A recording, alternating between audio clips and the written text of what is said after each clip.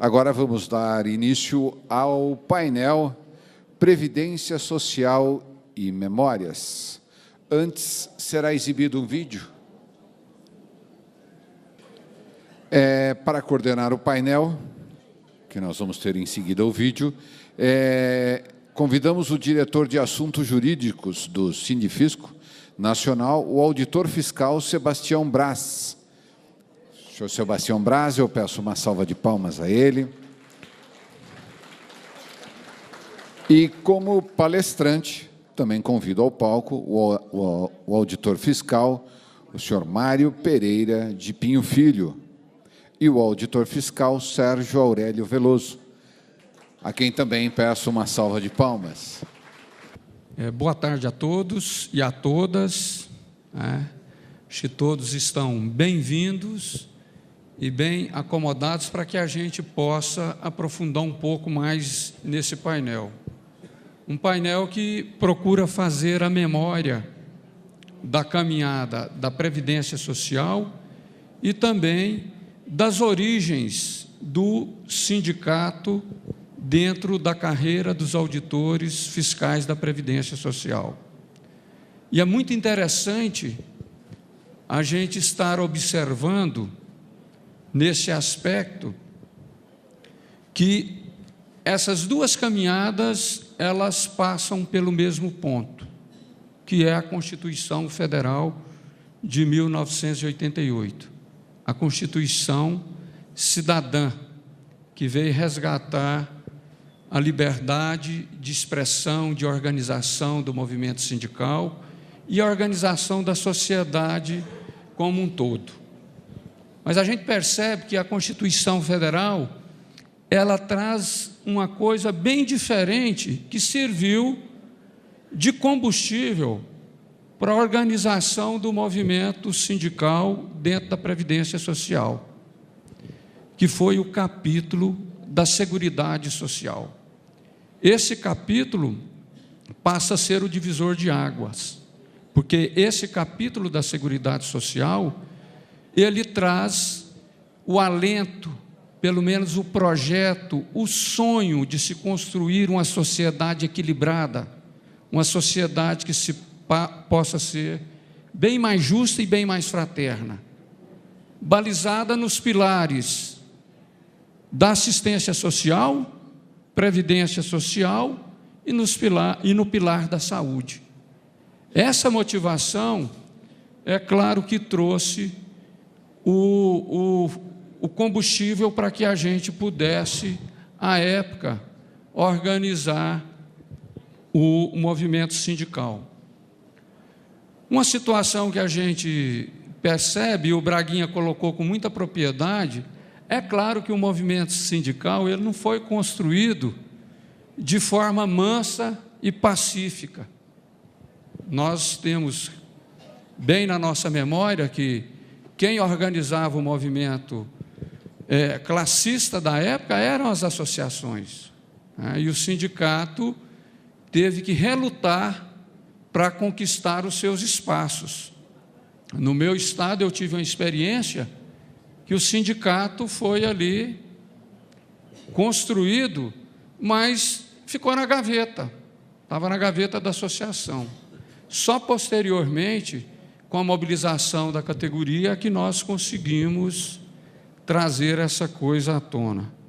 Eu acredito que o Sérgio Aurélio e Mário também deve ter essa memória. E uma coisa importante que eu acho que é interessante citar aqui é que tivemos que dar alguns passos para a construção do movimento sindical e alguns passos muito importantes na defesa da previdência social. O Braguinha colocou muito bem, o primeiro sindicato surge lá no Rio Grande do Sul, Luiz Carlos Braga, que procura organizar, mobilizar de uma forma até complicada. Não foi só no Rio Grande do Sul que a gente passava cobrando as contribuições dos filiados. Em Goiás também a gente, a princípio, tinha um caderno para cobrar as contribuições, porque nós não tínhamos rubricas liberadas pela administração pública. Depois a gente percebe que em 1990 o sindicato surge também no Rio de Janeiro, lá com o Aniceto. Depois em São Paulo, aí a gente tem que fazer uma retórica especial por um colega que fez um trabalho fundamental lá, que foi o Ed Cavalli. Um trabalho de mobilização, um trabalho de andario para sensibilizar as pessoas a aderirem à luta sindical. E esse trabalho só foi consolidado com a nossa colega Guilhermina Ferreira Oliva, que está aqui presente. Guilhermina foi fundamental para a consolidação desse trabalho. Depois, em 99, surge o sindicato em Goiás, com o colega Álvaro Solon. Depois, Santa Catarina, também em 89, em julho, surge com o primeiro presidente, o colega José Alfredo Severo. E Minas Gerais também dá o seu passo para a organização do movimento sindical, com o primeiro presidente lá, que foi Arnaldo Henrique Amaral. Na Bahia também tivemos a colega Leonor, também uma colega de guerra, que conseguiu organizar esse movimento sindical lá. E, nesse inteirinho, aí surge a FENAFISP. A FENAFISP vem consolidada pelos sindicatos, já elencado aqui por mim, e com a organização de Álvaro Solon, Ed Cavalli, Ranúzia Boni, Correia, Arnaldo Henrique, Leonor de Jesus e Luiz Carlos Braga, que faz essa consolidação da FENAFISP. A FENAFISP, de fato, já existia no papel, mas não existia, formalmente existia no papel, mas não existia a prática sindical, a organização sindical, a organização de luta. E esses colegas foram expoente fundamental para que a gente pudesse organizar essa federação. E precisávamos da federação. Assim como no passado, assim como hoje no passado, todas as decisões emanavam da Câmara Federal, do Senado Federal. Então, nós precisávamos ter uma organização ali, sair das regiões para que a gente pudesse trazer esse trabalho. E, posteriormente, depois da formação da FENAFISP, a FENAFISP ela joga um papel muito importante de tentar sedimentar o sindicato nos demais estados. E fez com maestria, não conseguiu pelo Brasil afora, mas conseguiu no estado do Paraná, em 1990, com o colega João Hélio, sendo o primeiro presidente. Depois, no Rio Grande do Norte, em 91, com a Maria de Lourdes, que assumiu a primeira diretoria na presidência. No Maranhão, em 94, com a colega Cleide Nunes Araújo. Distrito Federal também, o movimento foi organizado e teve como primeiro presidente o Rodrigo Poças. Pernambuco, a nossa colega Zélia também, junto com os demais colegas, organizaram o sindicato e presidiu a primeira diretoria. No Ceará, nós tivemos o colega que presidiu a primeira diretoria, Francisco Ferreira Maciel. E, por último, em Alagoa, o Pedro Caldeira, em 1999, consegue organizar o movimento do sindicato naquele estado. Então, de forma que toda essa estrutura, ela foi muito importante e culminou com o fortalecimento do nosso trabalho, principalmente na emenda constitucional número 20, de 16 de dezembro de 98, onde ali a gente já fazia os diversos enfrentamentos com relação não só da defesa da categoria em todo esse percurso, mas em defesa da sociedade, porque nós tínhamos e temos essa convicção que o equilíbrio social passa pela Seguridade Social, o equilíbrio social passa pela assistência social, que é a fonte motora dos programas sociais, que é a fonte motora da distribuição de renda, e muito mais também pela Previdência Social, que é a fonte que vai dar dignidade quando o cidadão e a cidadã perde a força do trabalho, onde ele precisa da sua aposentadoria ou, numa eventualidade, precisa de ser assistido com o auxílio-doença e os demais benefícios. A gente sabe, tem consciência, que a sociedade teria esse equilíbrio na Seguridade Social. E mais ainda na saúde, né? Quem não precisa ser tratado com dignidade quando se encontra fragilizado no momento de sua saúde. Então, essa Seguridade Social, ela traz para nós esse combustível e essa motivação para lutar pelo movimento sindical dentro da antiga Previdência Social, no seio dos auditores fiscais da Receita Previdenciária. Teria essas considerações. O Braguinha não colocou um assunto aqui, mas ele esqueceu de dizer o seguinte: no início da federação, os nossos recursos eram extremamente parcos e a federação não tinha como pagar táxis, contratar táxi. Então, eles tiveram lá uma brilhante ideia de comprar um Fiat 147. Só que a tecnologia do carro era uma tecnologia tão avançada que precisava de 2 motoristas. Um motorista só não dirigia. Então, eu lembro bem dessa história que o Braguinha e o Álvaro contavam. Era um dirigindo e o outro empurrando. Então, era uma dificuldade tremenda, mas o idealismo fez com que os colegas perseverassem na luta.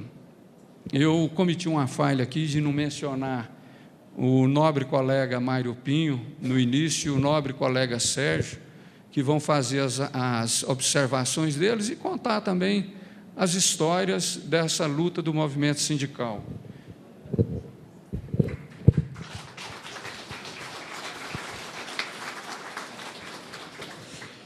Boa tarde a todos e a todas. Realmente, depois da exposição do Tião, fica até difícil falar. Mas nós sabemos que a coisa mais fácil que tem na sociedade brasileira é falar mal do servidor público. Para a maioria da sociedade, vê o servidor público como privilegiado, trabalha pouco, descompromissado com a sociedade. Ou seja, a visão que a população tem do servidor público é totalmente desassociada da verdade, do nosso grande comprometimento com a sociedade, com o serviço público, e muitas vezes trabalhando em condições bastante precárias. Nós temos que lembrar, aí que vem as questões dos privilégios, que a Previdência, ela já foi superavitária durante muito tempo, inclusive a Previdência do servidor público. Na época que existiu o IPASE tinha até plano de financiamento de casa própria para o servidor, de tanto dinheiro que foi acumulando na formação do fundo, como também aconteceu na formação do fundo do regime geral. O dinheiro usado na construção de Brasília, na Transamazônica, na Ponte Rio-Niterói e várias outras obras, foram dinheiros que vieram da Previdência, que vieram tanto do trabalhador, como vieram do servidor público. E como esse dinheiro foi gasto e nunca foi escriturado, a impressão que tem é que nós sugamos o Estado e que não que fomos nós, um dos pilares de financiamento do Estado, da modernização do Estado brasileiro, foi a criação da Previdência Social. Então, a vida do trabalhador, a vida do representante do servidor público é uma eterna luta. É uma eterna luta contra a ignorância da sociedade, que tem uma visão bem deturpada do que seja o serviço público. É uma severa luta contra os governos que passam, que eles estão pouco preocupados com o Estado, e sim preocupados com os seus grupos, com as suas reeleições. Mas nós somos servidores do Estado. Nós somos servidores do Estado para servir o público. Então, os governos passam, nós vamos continuar, sendo, como sempre, enxovalhados, dizendo muito fácil falar mal do servidor público, porque o trabalho do servidor público, a sociedade não tem uma visão concreta do que é. E isso cabe também às nossas entidades sindicais, mostrar que nós não agimos apenas a favor da corporativa, mas nós também somos fundamentais para uma sociedade justa, porque nós somos trabalhadores que trabalhamos para qualquer governo, para atender o povo, e não para atender qualquer governo de plantão. Então, o nosso patrão é o povo, não é o governo de plantão nunca. Então, o nosso compromisso é com o povo que nos paga a nossa remuneração. Ao mesmo tempo, nós, trabalhadores, sempre contribuímos com um limite máximo, e somos todos enxovalhados o tempo inteiro, como se nós estivéssemos lutando por privilégios. E nós, muitas vezes, temos muito menos benefícios do que está contido na própria CLT. E é, então, a luta do servidor público e a luta para a defesa da Previdência Social. Porque você trabalha 30 anos, 35 anos, sem uma garantia, sem fundo de garantia, sem nada, e não ter a garantia da aposentadoria justa, é uma situação bem complicada. E hoje nós vivemos uma situação pior ainda, porque hoje cada um dos nossos trabalhadores do serviço público vão se aposentar de uma maneira.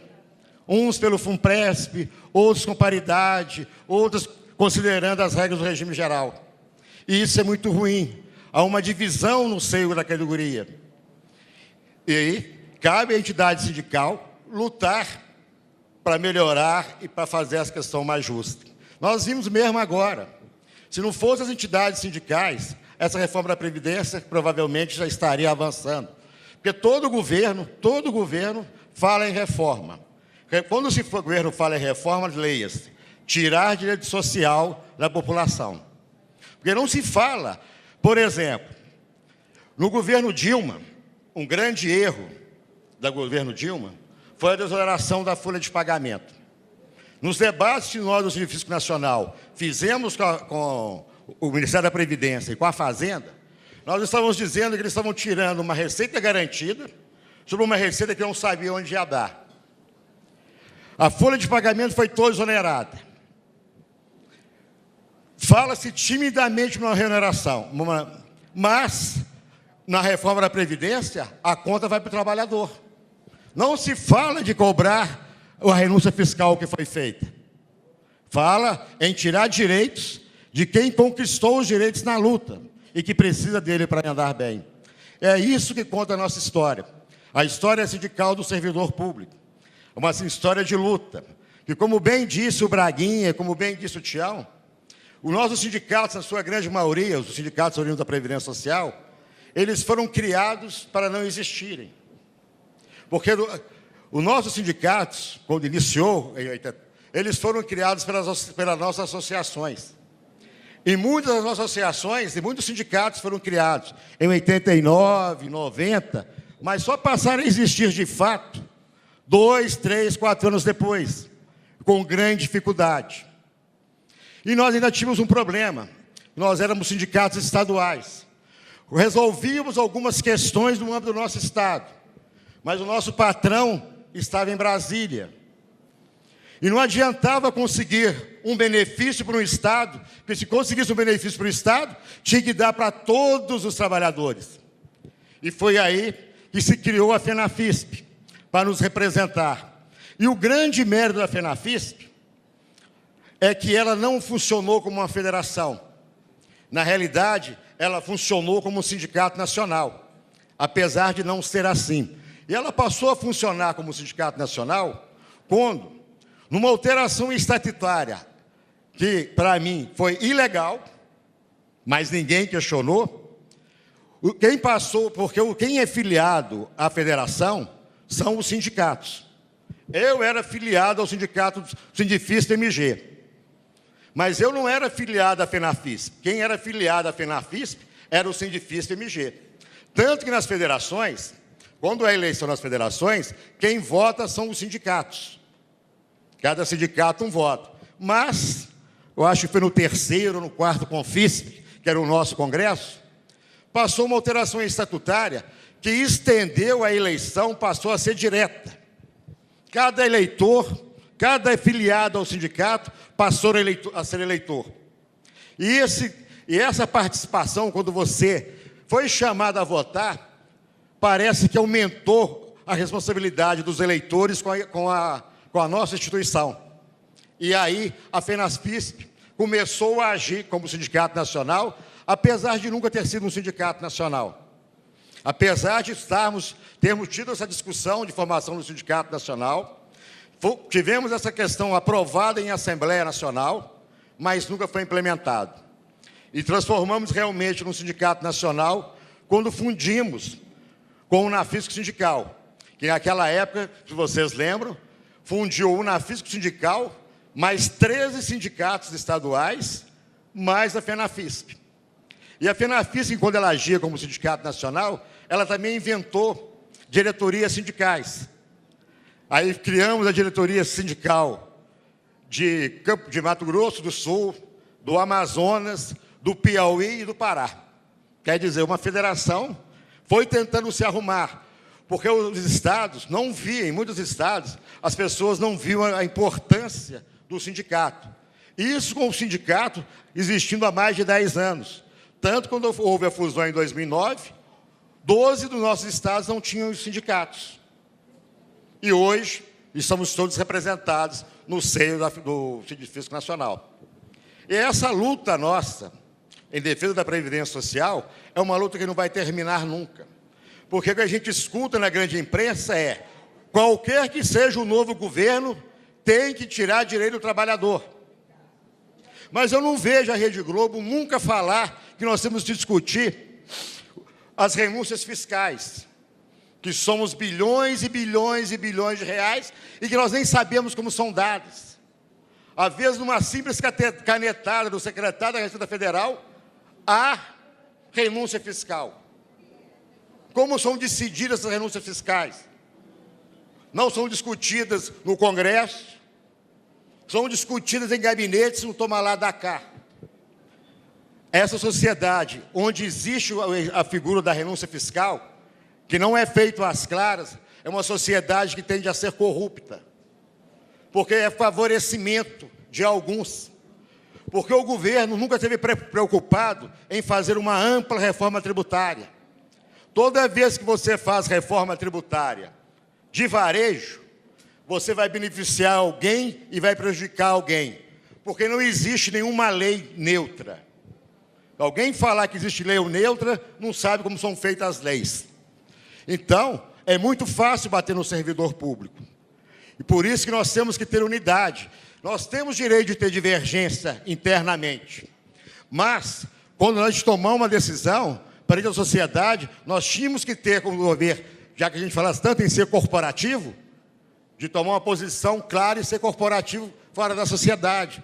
E não ser derrotado aqui e querer ganhar disputa no terceiro turno ou lugar que seja. Um dos problemas do nosso sindicato é que as nossas eleições nunca terminam. Ninguém que perde as eleições não preocupa de falar: vamos esperar 3 anos para ser e vamos tentar fazer andar. É a mesma coisa que nós vivemos na reforma da Previdência e na reforma tributária. Os governos não falam que vão fazer reforma tributária, que vão fazer reforma da Previdência na hora que estão pedindo o nosso voto.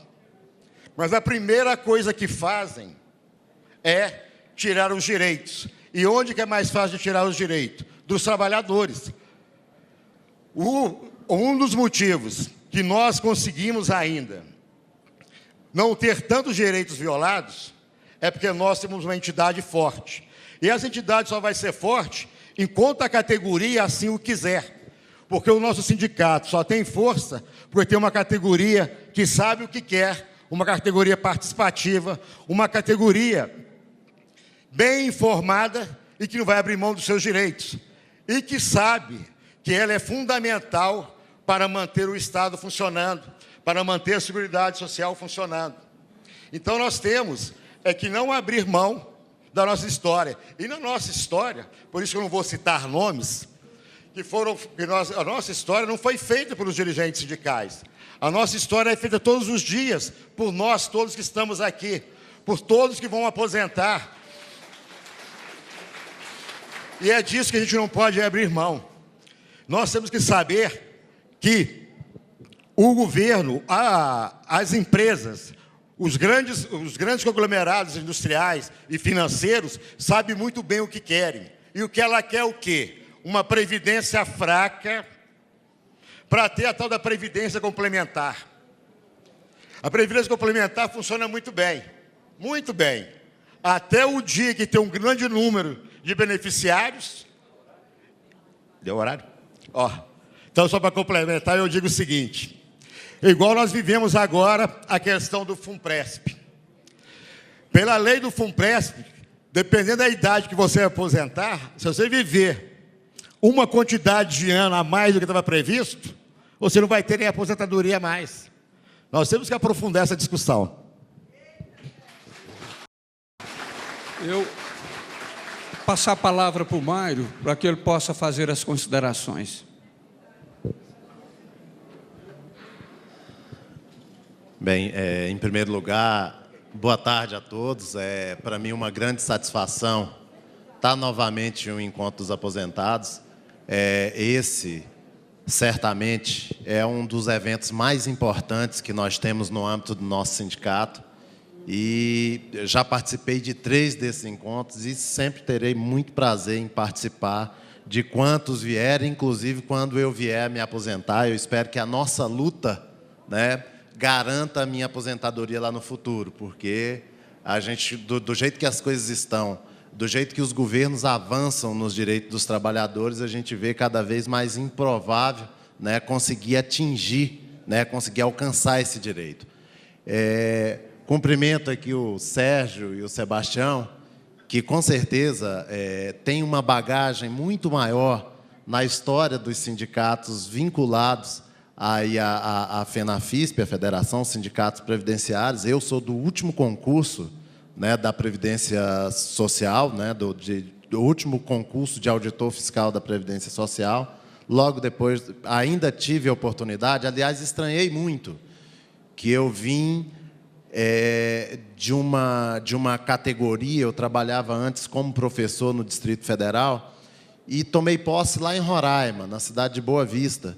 E cheguei em Roraima e não tinha um sindicato que me representasse, né? Lá nós tínhamos a representação da associação. O sindicato, pelas dificuldades que se tinha à época, não tinha condições de chegar a todas as cidades. Eram sindicatos estaduais, e, infelizmente, o nosso estado, até pela quantidade de auditores que tinham ali lotados e pela rotatividade, né, de pessoal, por ser uma cidade mais distante, existia uma grande dificuldade, ou seja, foi impossível de se montar um sindicato ali naquela localidade.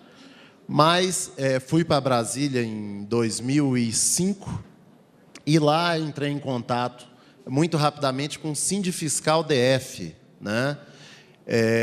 E tive a oportunidade de me filiar, inclusive antes de acontecer a fusão das entidades sindicais, tive a oportunidade de ser diretor jurídico do Sindifiscal DF, né? Que foi uma experiência muito interessante, mas a minha maior experiência na nossa categoria foi já discutindo a fusão das entidades sindicais, que foi um passo assim extremamente importante. Nós descobrimos, né, que, além de uma cultura diferente, porque existiam culturas diferentes, sim, essas duas entidades, elas tinham muitos objetivos que eram comuns. Duas não, essas várias entidades, né? As entidades representadas lá pela FENAFISP e o Unafisco Sindical. Tinham lutas que eram muito parecidas, não só lutas corporativas, mas lutas muito importantes também em defesa dos direitos da sociedade. Porque se nós fazíamos a luta com relação à questão previdenciária, para garantir o benefício previdenciário, no âmbito do Unafisco Sindical já existia toda uma discussão a respeito da arrecadação tributária e da garantia de outros e outros direitos para os trabalhadores de modo geral, não só para os trabalhadores, mas para os cidadãos de modo geral. Mas, enfim, logo que entrei, também tivemos uma campanha salarial ali em 2004, que redundou na criação da GIFA, acho que foi a GIFA, né, Sebastião? Tivemos a criação da GIFA em 2004, e a GIFA, e aí eu estou tentando trazer essa discussão da GIFA aqui para o nosso contexto e até para o que nós estamos vivendo agora, nesse momento, na nossa categoria, que a GIFA, lá atrás, ela representou a quebra da paridade. Então, para vocês, vejam que não existe nada de novo. Hoje nós temos uma proposta de emenda constitucional que busca aniquilar o direito dos trabalhadores, de modo geral. Aliás, começou com todos os trabalhadores e depois se voltou principalmente para os servidores públicos. E com relação aos servidores públicos, há muitos e muitos anos que o governo, ou que os sucessivos governos, eles trabalham aí impondo a gente quebra da paridade. Mas é importante, ontem eu estava ouvindo a apresentação do presidente do nosso sindicato, Cláudio Damasceno, na abertura, né, e ele ressaltava a importância do trabalho dos auditores fiscais aposentados. Porque, às vezes, a gente está numa situação difícil, como agora nós estamos numa situação política muito incerta e numa situação de insegurança jurídica muito grande, mas a gente se esquece que lá atrás a gente também já passou por situações dessa natureza e que, graças à nossa luta, graças à nossa organização, graças à organização de quem está na ativa, mas, sobretudo, de quem está aposentado e vai fazer a luta política lá em Brasília, a gente conseguiu já reverter muita coisa e a gente conseguiu conquistar muita coisa também. Então, isso é extremamente importante. O Sebastião falou aqui na questão das emendas constitucionais. Eu me lembro também que logo quando entrei no Serviço Público Federal, a partir da luta, inclusive dos auditores da Receita Federal e à época dos auditores da Previdência Social, nós conseguimos emplacar a emenda constitucional número 47, que, se não restabeleceu a paridade para todo mundo, pelo menos criou regras de transição que foram muito mais justas com relação àqueles auditores fiscais, aos servidores públicos de modo geral, que estavam no serviço público de 2003 para trás. Enfim, é importante a gente sempre ressaltar, como o Sérgio já falou, inclusive, que essa luta por retirada de direitos dos trabalhadores em geral, ela é uma luta que não para. Então, essa questão, às vezes as pessoas gostam de tratar muito, pelo menos na minha visão, o trabalhador aposentado, no nosso caso, os auditores aposentados, como inativos, mas a gente sabe, eu não gosto dessa expressão, gosto de chamar de aposentados mesmo, porque inativos nós não vamos ser nunca. Porque se hoje estão, por meio da emenda constitucional número 287, tentando tirar direito de quem está em atividade, com certeza, quando atingirem esse objetivo, eles vão atrás de direito de aposentados. Foi assim quando criaram uma alíquota de contribuição previdenciária para servidor público, e vocês sabem disso. E vocês sabem também que, no contexto dessa grande reforma da Previdência, que não é só a emenda constitucional, se tentou emplacar também uma contribuição previdenciária de 14%, que com certeza,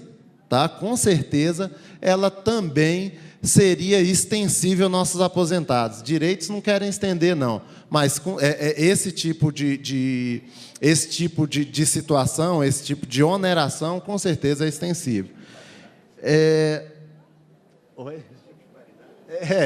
Como o Sérgio está falando aqui, me lembrando muito bem, paridade no que diz respeito ao pagamento de todos os benefícios de quem está na ativa não querem dar, mas paridade para pagar a conta querem dar sim.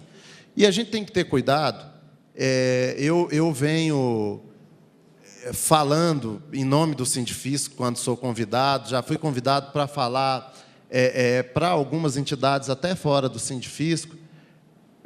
E quando se fala nessa questão da reforma previdenciária, todo mundo quer apontar isso como uma coisa, como um imponderável. Nós temos que fazer reforma da Previdência, é comum, é normal que aconteça a reforma previdenciária no contexto de qualquer nação. No Brasil não é diferente, nós precisamos fazer reforma previdenciária sim, e sempre discutir a questão da Previdência. A Previdência ela precisa ser sustentável. O problema é que, quando se fala em reforma previdenciária no Brasil, se fala exclusivamente em se retirar direito de trabalhadores, direito de servidores públicos, direito de trabalhadores da iniciativa privada. E é com relação a isso que nós temos de ter um grande cuidado.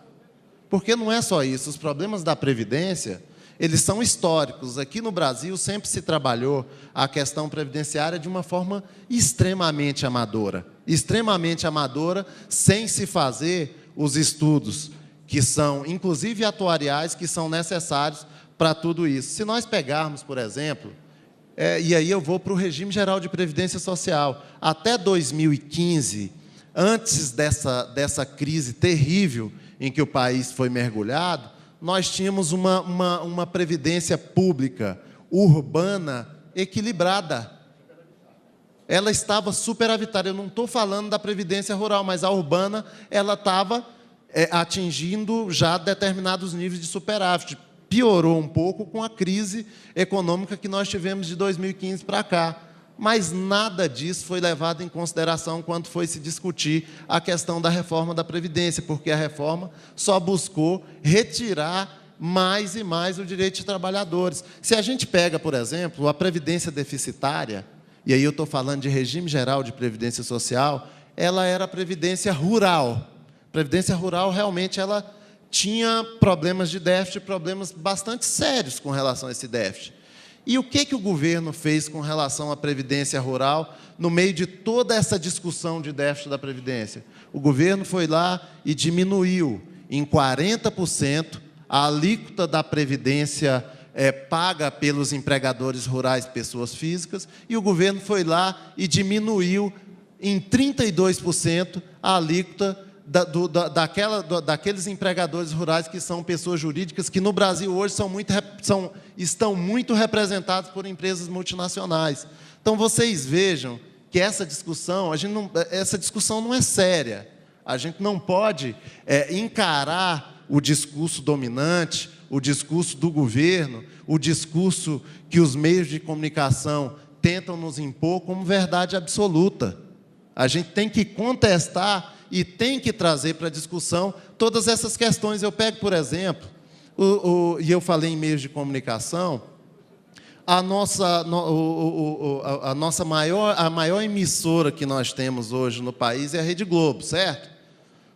A Rede Globo ela teve problemas sérios, e isso é público, eu não estou trazendo para cá nenhuma informação privilegiada, de lançamentos em razão de transformação de pessoas que prestavam serviço como empregados da Rede Globo em pessoas jurídicas. Vocês se lembram disso? Não só da Rede Globo, mas de outras emissoras de televisão.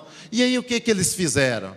Regularizaram a situação desses trabalhadores, desses grandes apresentadores de jornal, de programas de televisão, atores, atrizes. Eles não fizeram nada disso, não. Eles foram lá e incluíram o artigo 129 na Lei 11.196 para possibilitar essa situação. Então, assim, se de um lado o trabalhador está sendo penalizado, do outro lado, as grandes empresas estão buscando único e exclusivamente benefício em nome daquele negócio de que o país tem que se desenvolver, de que é necessária a criação de empregos, dentre outras coisas.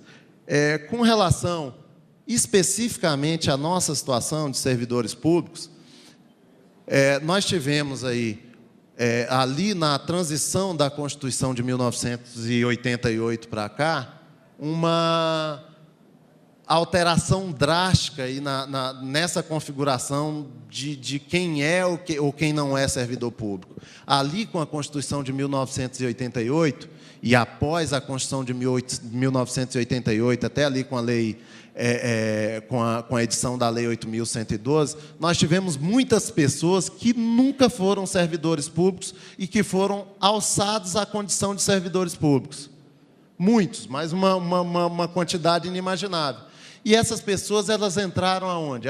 Primeiro, a Previdência era bancada pelo Tesouro Nacional, e aí, a partir ali da emenda 3, depois da emenda 19 e 20, quando já se criou efetivamente uma Previdência Social de servidores públicos, essas pessoas começaram a representar um déficit fortíssimo na Previdência do servidor público. E esse déficit, se a gente também for analisar a própria evolução legislativa, todas essas emendas constitucionais que o Sebastião ressaltou aqui, né, e o próprio Sérgio, a própria apresentação que foi feita para vocês, demonstrou a apresentação em vídeo, todas essas emendas, todas essas alterações legislativas, elas levaram a Previdência Social do servidor público a uma possibilidade de equilíbrio e, dentro de um período muito pequeno, talvez pequeno em termos previdenciários, talvez em 20 anos a gente tivesse, antes mesmo da criação da FUNPRESP, uma Previdência de servidor público superavitária. Na minha visão, só precisaria de administração do Fundo de Previdência do servidor público. E o que o governo fez? Antes mesmo de discutir essa questão, criou a FUNPRESP. Né? A FUNPRESP, a possibilidade de previdência complementar, de instituição de previdência complementar, já foi iniciada lá com a emenda constitucional 20, alterando ali com os artigos 14, 15 e 16 do parágrafos do artigo 40 da Constituição, e a partir daí, né, aliás, a partir daí veio a emenda 41, né, já no governo Lula e no governo Dilma, mais especificamente ali nos idos de 2012, com a criação da FUNPRESP em 2013, nós tivemos uma separação, uma coisa bastante drástica. Se a gente já tinha 2 regimes de previdência no âmbito do Serviço Público Federal, nós passamos a ter 3, nós passamos a ter aqueles que se aposentam ou se aposentariam com paridade e integralidade, aqueles que ficariam na média e aqueles que passaram a ter direito somente à aposentadoria até o teto do regime geral de previdência social. Então, hoje nós temos pelo menos 3 regimes. E aí, sem querer entrar,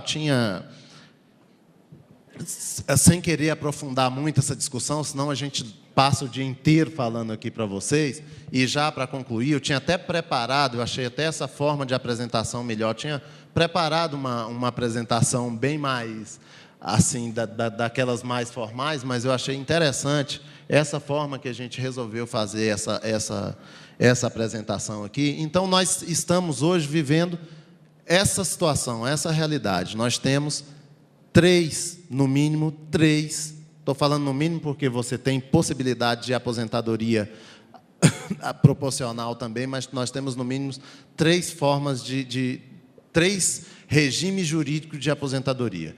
Aposentadoria pela paridade, aposentadoria pela média e aposentadoria pelo limite máximo com possibilidade de previdência complementar. E aí, realmente, e nós vivemos isso na nossa categoria, nós precisamos buscar superar isso na nossa categoria, realmente a gente começou a viver uma situação de conflito. Alguns conflitos bastante severos, principalmente de gente que talvez não conheça a história das pessoas, não conheça a história dos servidores públicos, no sentido de achar que aposentado tem privilégio, e eu ouvi isso dentro da nossa categoria com muita tristeza, e tenho combatido entre aquelas pessoas mais novas esse tipo de discurso, da mesma forma que eu também acho que a gente tem que buscar com os aposentados, né, buscar um diálogo entre auditores fiscais que estão na carreira há menos tempo e com os aposentados um diálogo. Porque se existem essas dificuldades para quem está na ativa, quem vai lá no Congresso fazer a luta política para defender, inclusive, os interesses de quem hoje está na ativa, são vocês que estão aqui. Eu, assim, não vou dizer que eu estou cansado, porque não estou, mas eu sou grato, eu sou uma testemunha viva aqui, de que diversas pessoas que hoje estão aqui nesse encontro de aposentados, estavam lá no Congresso Nacional, estiveram e estarão lá no Congresso Nacional, defendendo direitos que, com certeza, muitos deles nem se estenderão aos ativos. E é preciso continuar fazendo isso? É preciso, porque sindicato é solidariedade e nós precisamos criar a cultura da solidariedade. Eu faço Criar não, a gente precisa, porque criada essa cultura já está. Nós precisamos deixar claro que quem vem para o movimento sindical tem que se adequar e se adaptar a essa cultura, de eu trabalho para mim, mas eu trabalho também para o conjunto da categoria. E, no caso de nós, auditores fiscais, nós temos uma responsabilidade maior, que a gente trabalha também para a sociedade, com a arrecadação dos tributos em geral e das próprias contribuições previdenciárias. Então, esse debate da reforma da Previdência, inclusive no que diz respeito ao RGPS, ao Regime Geral de Previdência Social, nós não podemos deixar de fazer. E precisamos, obviamente, do envolvimento, né, e do árduo trabalho de todos vocês. A gente pode dizer que a gente atua também como liderança sindical, mas liderança sindical não faz trabalho nenhum sozinho. Se nós não tivermos os auditores fiscais lá na base, inclusive aqueles que já estão aposentados, ajudando, dando suporte àquilo que a gente fala àquilo que a gente propõe, com certeza a gente não chega a lugar nenhum, né? Então, a nossa força, eu não tenho dúvida nenhuma, que está em cada um de vocês. E quando a gente faz isso, não é para levantar o ego de ninguém, não.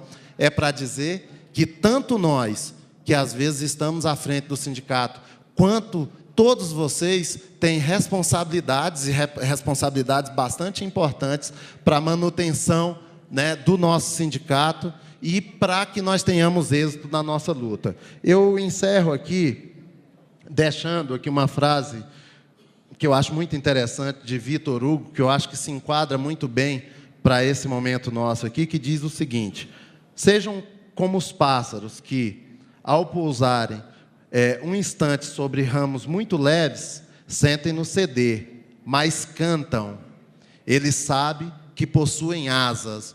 Então, deixo esse pensamento aqui só para dizer que as asas do sindicato, elas estão com vocês, não estão com a diretoria, nem com ninguém. E a gente precisa dessas asas para fazer a nossa luta, a gente precisa dessas asas para termos êxito naquilo que nós temos como objetivo para a nossa categoria. Muito obrigado a todos.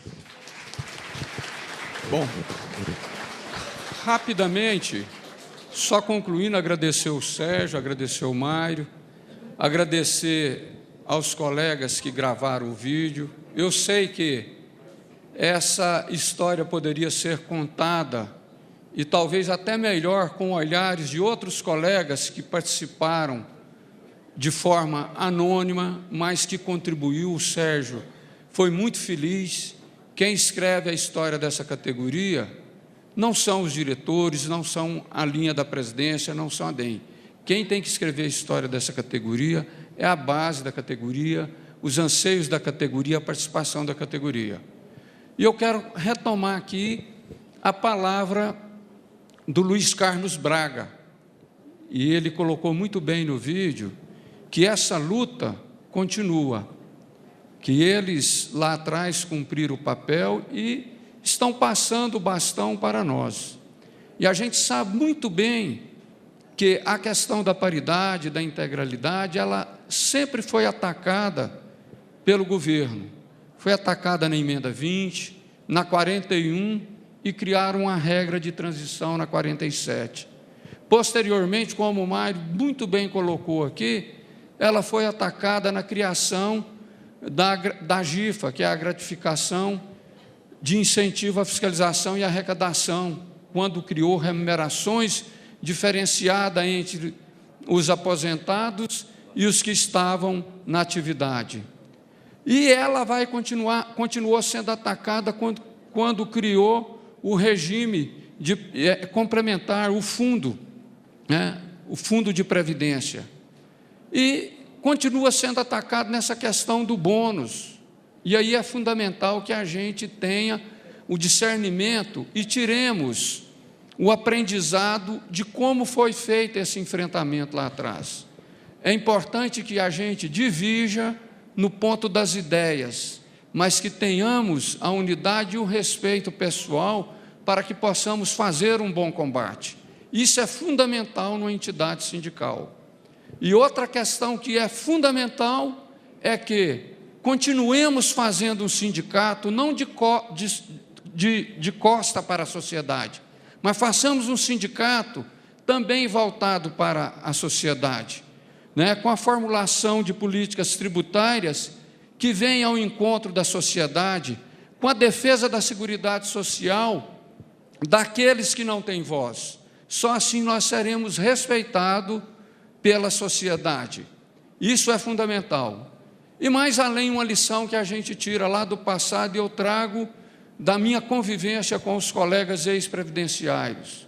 É fundamental que a gente entenda que tenhamos sim que fazer política, disputar eleição, mas precisamos construir a maturidade de entender o limite dessa disputa.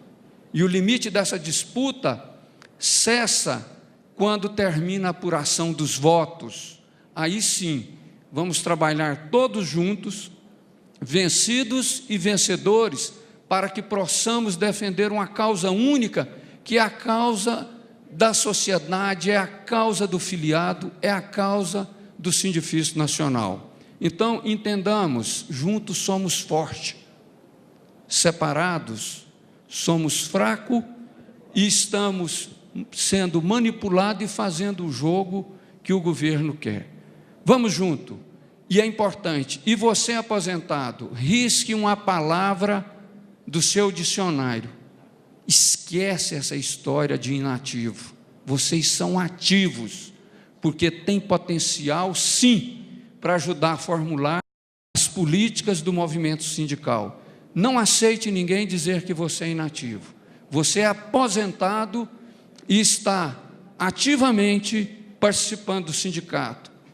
Vá às assembleias, defenda aquilo que vocês acreditem e vamos trabalhar junto para que nós possamos, entre aposentados, média idade e novos, construir a unidade. Essa unidade é o cimento que traz a solidariedade para o sindicato. Vamos junto.